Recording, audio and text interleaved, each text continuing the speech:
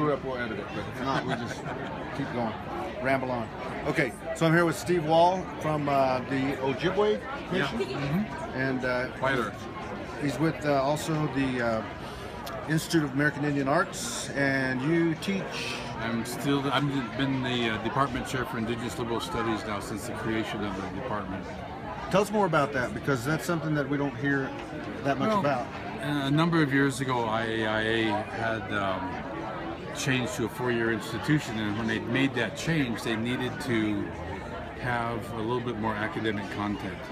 And so I was actually hired to develop the program, a 4-year bachelor's degree program in what we call Indigenous Liberal Arts. And so what that means is that we have a core group of courses that people take that gives people, I hope, a well-rounded view of the world, that they can go back home in their community with a bachelor's degree and do things of wonderful, positive things for their community. And in your spare time, you create art. I do art, and I write, and I do a bunch of other stuff. Yeah. And you're here with your wife, Laura? I'm here with my wife, Laura Falwakota from Hamaspopa. We're doing Indian Market. This is probably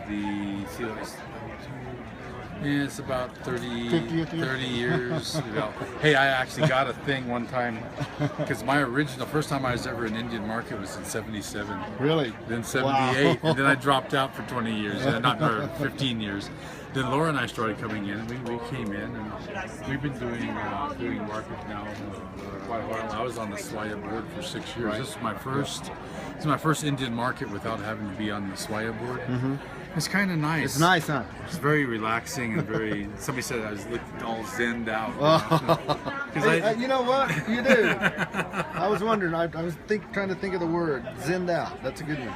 And so about 10 years ago, I started making these little stone guys, little techno-dodos, and they kind of morphed into this. Oh, And now I started doing these panels over here. Okay. They're really, the tagline for them is the fusion of modern technology and Neolithic sensibilities. That goes over my head. But just basically, I get a lot of inspiration from rock art. And look at those beings that people have pecked into painted into the stone.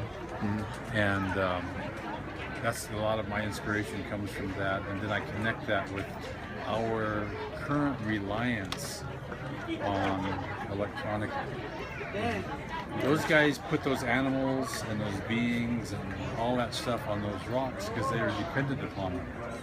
And we're dependent upon modern technology, but we don't really acknowledge it in any way. And that's why I started doing this. Okay. I'll let you get back to work. Hey, thanks. Okay. Good to see you. Appreciate it.